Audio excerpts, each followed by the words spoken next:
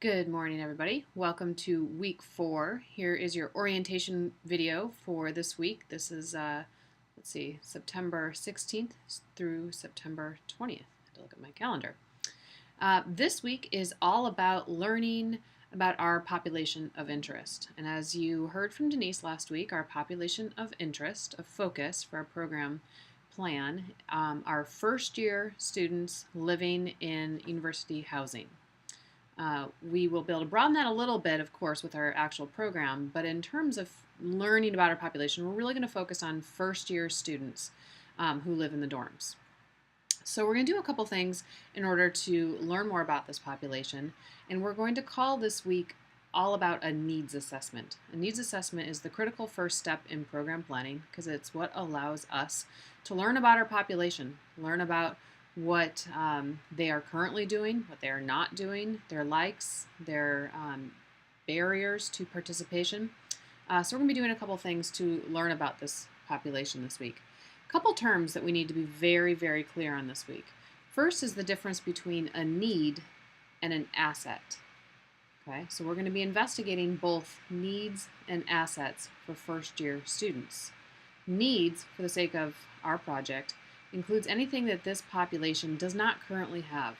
So it can be a need in terms of actual programs, but also can be a need in terms of personal skills or academic skills or developmental skills in order to sort of weather the storms of being a first year student. So we're going to be conducting some surveys and interviews of students themselves in order to learn more about their needs. Assets, on the other hand, are things that this population already has. And not just already has, but has and uses to a benefit. Okay, so think of an asset like money in the bank. Okay, assets refer to, or money is an asset technically when we're talking about finances.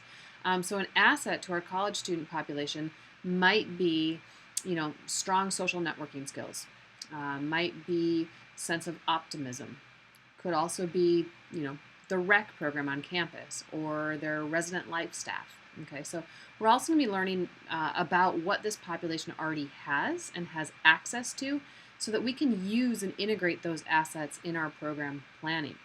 Okay, so a needs assessment is the first step to program planning because it gives us a much better idea about the population itself so that we are not making assumptions. We're not assuming what this population already has or needs. Okay, so your readings this week are about conducting a needs assessment.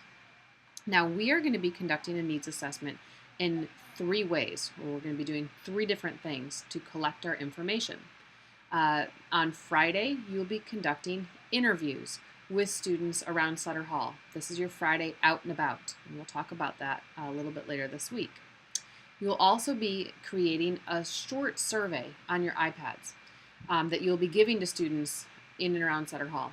So basically, some of you will be doing interviews and some of you will be doing surveys. And the benefit of getting 2 different sources of information is allows us to see needs and assets from 2 different angles. So it essentially gives us better information.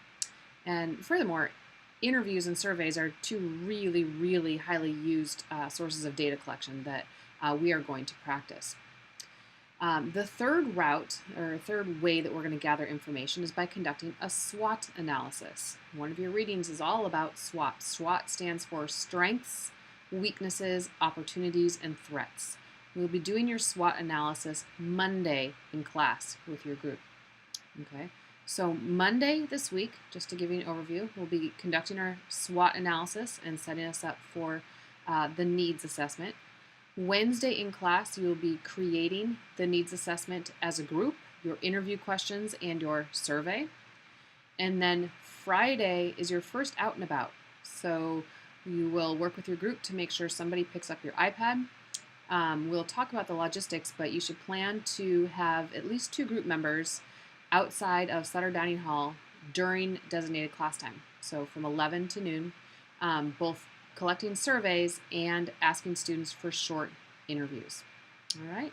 So, and I'm sorry, that was section 1. Section 2, your interviews will be during your class time. So 12 p.m. to 1 p.m. Okay, so this is our first out and about week. We're going to experiment a little bit and with the iPads and the iPad checkout process. So I encourage you to be patient a little bit and let's have some fun. Let's go and learn about our population.